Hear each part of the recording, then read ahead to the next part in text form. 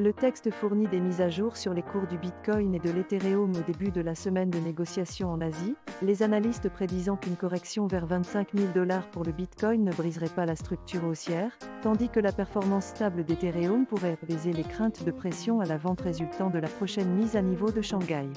L'article aborde également le danger de politisation de la politique cryptographique des États-Unis et l'importance de règles de gouvernance claires.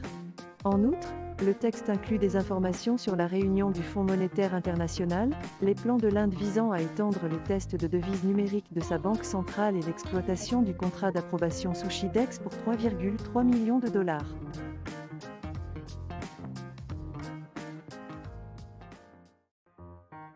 Le Bitcoin a connu un regain d'optimisme chez les investisseurs le lundi de Pâques, avec son plus haut niveau depuis début juin, dépassant les 29 744 $ dans l'après-midi.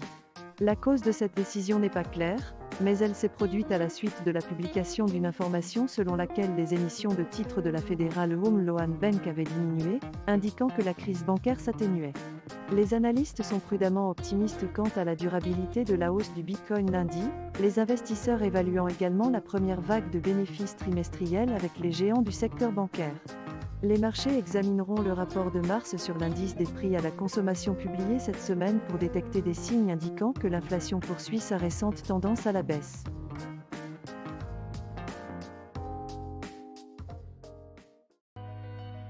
Le directeur technique de Ripple, David Schwartz, a expliqué les contributions du XRP Ledger à son jeton sous-jacent, affirmant que le XRP bénéficiait du XRPL en termes de liquidité et d'autocomptage.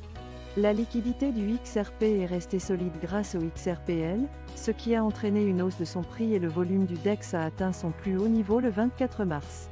Cependant, le volume a diminué depuis, et le nombre total de lignes de confiance XRP créées suit également une tendance à la baisse. La croissance du réseau s'est ralentie, ce qui implique une baisse de l'adoption par les utilisateurs.